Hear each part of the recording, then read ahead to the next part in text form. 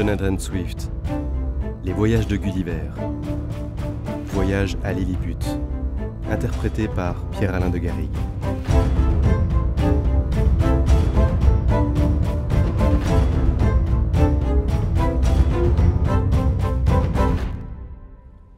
Je ne sais quel fut le sort de mes camarades de la chaloupe, ni de ceux qui se sauvèrent sur le roc ou qui restèrent dans le vaisseau. Mais je crois qu'ils périrent tous. Pour moi, je nageai à l'aventure et fus poussé vers la terre par le vent et la marée. Je laissai souvent tomber mes jambes, mais sans toucher le fond. Enfin, étant près de m'abandonner, je trouvai pied dans l'eau, et alors la tempête était bien diminuée. Comme la pente était presque insensible, je marchai une demi-lieue dans la mer avant que j'eusse pris terre. Je fis environ un quart de lieue sans découvrir aucune maison, ni aucun vestige d'habitants, quoique ce pays fût très peuplé. La fatigue, la chaleur et une demi-pinte d'eau de vie que j'avais bu en abandonnant le vaisseau, tout cela m'excita à dormir.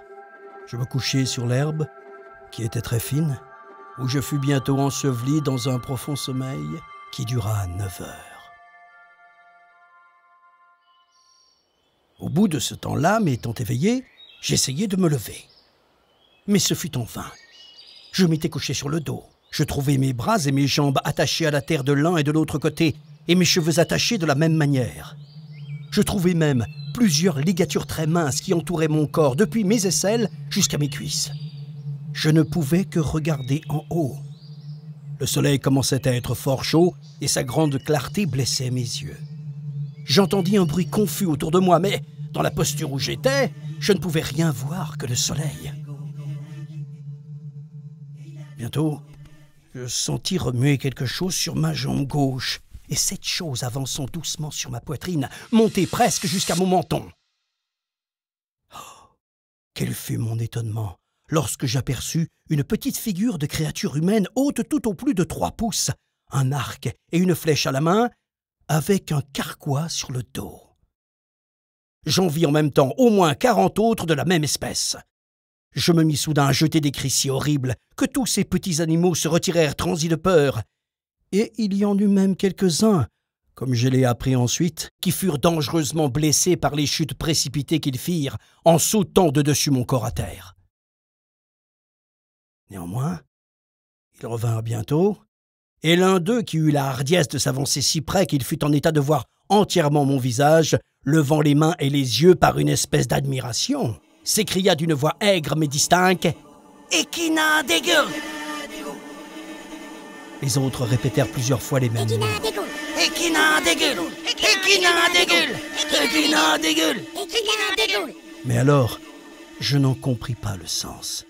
J'étais pendant ce temps-là étonné, inquiet, troublé, et tel que serait le lecteur en pareille situation. Enfin, faisant des efforts pour me mettre en liberté, j'eus le bonheur de rompre les cordons ou fils et d'arracher les chevilles qui attachaient mon bras droit à la terre.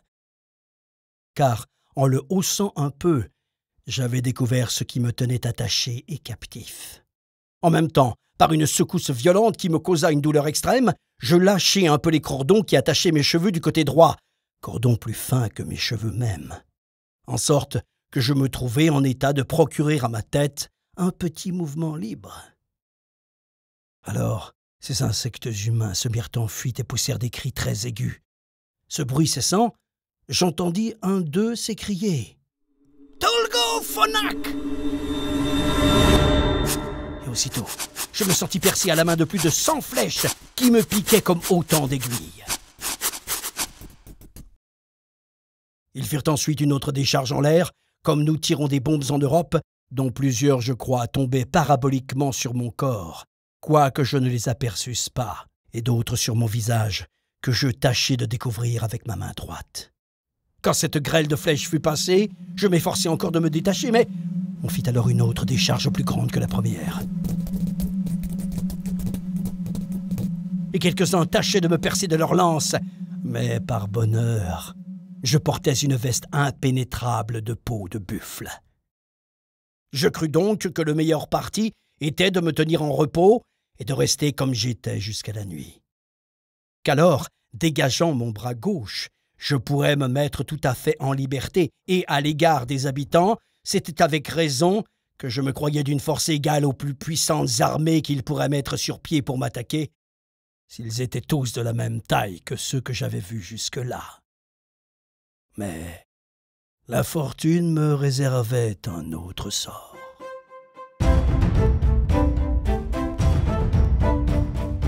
Jonathan Swift, Les voyages de Gulliver, interprété par Pierre-Alain de Garrigues et réalisé par Alexis Mathieu-Louis et Pierre-Antoine.